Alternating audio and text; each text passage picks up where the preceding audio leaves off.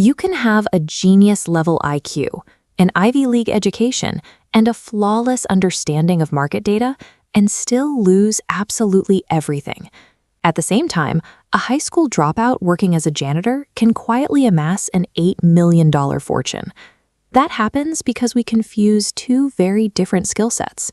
Earning money requires playing offense. It takes a healthy dose of paranoia, a lot of humility, and the acceptance that what you've built can be taken away in a flash. Look at the early 20th century. Wall Street operators like Jesse Livermore possessed a mind-bending ability to read the markets. He shorted the 1929 crash and made millions in a matter of days. But just a few years later, that exact same unshakable confidence led him to over-leverage his trades. He lost his entire fortune. Financial success rarely cares about your IQ. It is a soft skill, governed almost entirely by how you behave and whether or not you can keep your ego in check. We are wired to want the respect and admiration of other people, and our instinct is to buy things to prove we deserve it. We assume that if we wear the right watch or buy a sprawling house, people will finally look at us and think we've made it.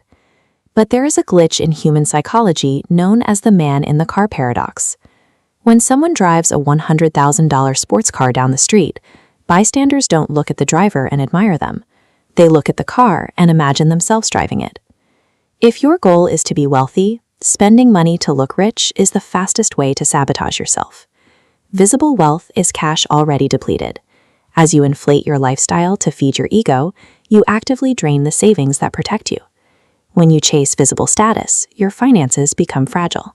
You lock yourself into a high-stress cycle where you have to constantly play offense, working endlessly just to keep up the appearance that you're winning. Actual wealth is silent. It is the money you don't spend.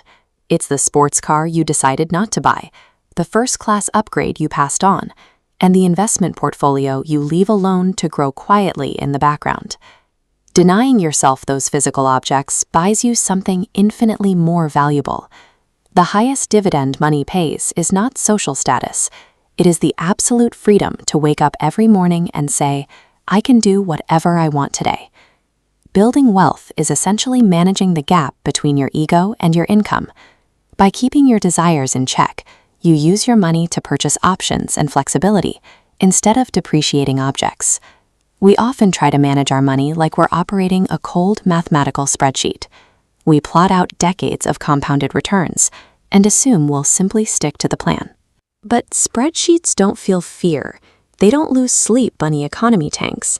History is full of mass panics where logical financial plans collapsed entirely. When markets plunge and millions of dollars evaporate in an afternoon, the psychological pressure breaks people. They sell at the worst possible time just to make the pain stop. The way to survive this chaos is to shift your perspective on market drops. Think of volatility as a fee. A 20% portfolio drop isn't a fine for doing something wrong. It is simply the price of admission you pay for long-term growth. The amateur gets terrified by the turbulence and tries to avoid the fee by selling off their investments. The survivor expects the turbulence. They hold firm because they know the fee is worth paying. This is why trying to be a coldly rational robot usually backfires. It is far better to be psychologically reasonable, to accept that you will feel fear, plan for it, and build a strategy you can actually stick with when things get dark. To stay in the game long enough for your investments to grow, you need to create a margin of safety. This means leaving extra room for error in your finances, like holding cash reserves, so that a single layoff or market crash doesn't wipe you out. Avoiding financial catastrophe is the prerequisite to everything else. If you can protect yourself from being forced to sell during a crisis, you allow the mathematical magic of compounding to actually take effect. Warren Buffett is the ultimate example of this. We attribute his massive fortune to his genius in picking stocks, but his real superpower was simply surviving and staying invested for 80 continuous years. This graph illustrates the staggering reality of his timeline.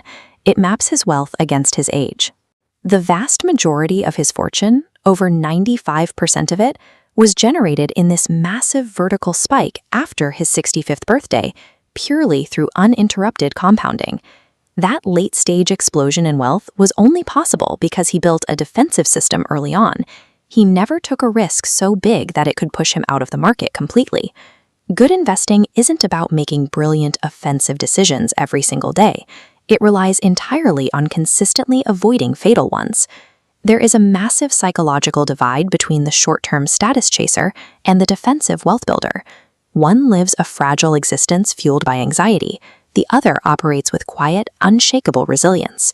You can win without ever stepping into the loud, high-risk arena of Wall Street. You win by focusing on your own quiet, long-term game. Success in this game comes down to a simple truth. Managing your money means managing your own mind. Mastering the psychology of defense and silencing your ego turns your savings into the permanent ownership of your own time.